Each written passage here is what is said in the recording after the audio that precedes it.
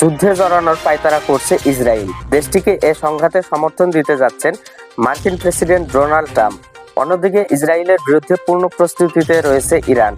ভিডিওটি না টেনে সম্পূর্ণ ভিডিওটি দেখুন। আর আমার চ্যানেলে আপনি যদি নতুন হয়ে থাকেন তাহলে FSNV চ্যানেলটি সাবস্ক্রাইব করে সাথেই থাকুন।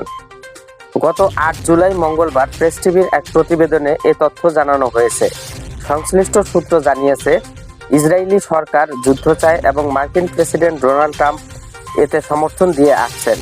নাম প্রকাশ না করার শর্তে সূত্রটি জানিয়েছে, ইরান মনে করে যে ইসরায়েলের প্রধানমন্ত্রী বেনিয়ামিন নেতানিয়াহু এবং ট্রাম্পের মধ্যে আসন্ন বৈঠকে 12 দিনের যুদ্ধের আগের তাদের পরামর্শের চেয়ে ভালো কিছু হবে না। সূত্র জানিয়েছে, ইসরায়েলি সরকার যুদ্ধ চায়। আমাদের ধারণা ট্রাম্প এর বিরোধিতা করবেন। আমরাও সম্পূর্ণ পরিস্থিতির মধ্যে আছি। সূত্র আরও জানিয়েছে, এসব বৈঠক মূলত প্রতারণামূলক, কারণ যা কিছু হওয়ার তা আগেই ঠিক করা থাকে। সম্প্রতি ট্রাম্পের দেওয়া আলোচনার প্রস্তাব প্রসঙ্গে সূত্রটি জানায়, যদি ট্রাম্প মনে করেন আমাদের পারমাণবিক স্থাপনায় হামলার পরও আমরা তাদের সাথে কোনো কূটনৈতিক চুক্তিতে আস্থা রাখব, তাহলে তিনি মোটেও ভালো সমঝোতাকারী নন।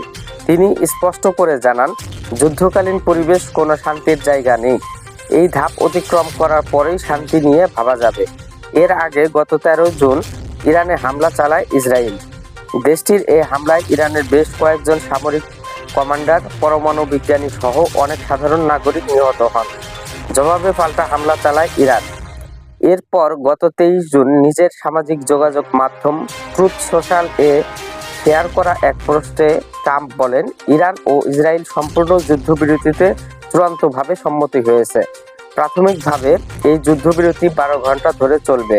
এরপরেই যুদ্ধকে সমাপ্ত ঘোষণা করা হবে। ট্রাম্প আরও জানান, প্রথমে ইরান যুদ্ধবিরতি শুরু করবে। এরপর 12 ঘন্টা পর ইসরায়েলও আনুষ্ঠানিকভাবে এতে যোগ দেবে। মোট 24 ঘন্টা পর এই 12 দিনের যুদ্ধ বিশ্বব্যাপী সমাপ্ত হিসেবে স্বীকৃতি পাবে।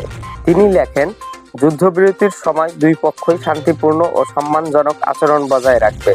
আমরা ধরে নিচ্ছি সবকিছু পরিকল্পনা অনুযায়ী চলবে, যা অবশ্যই হবে। এজন্য আমি ইসরায়েল ও ইরান উভয় দেশকে সাহস, ধৈর্য ও বুদ্ধিমত্তার জন্য অভিনন্দন জানাই। এই যুদ্ধ আরও দীর্ঘায়িত হয়ে মধ্যপ্রাচ্যকে ধ্বংসের মুখে ঠেলে দিতে পারত, এমন আশঙ্কার কথা জানিয়ে ট্রাম্প বলেন, এই যুদ্ধ বছর বছর ধরে চলতে পারত, কিন্তু তা হয়নি এবং কখনোই হবে না।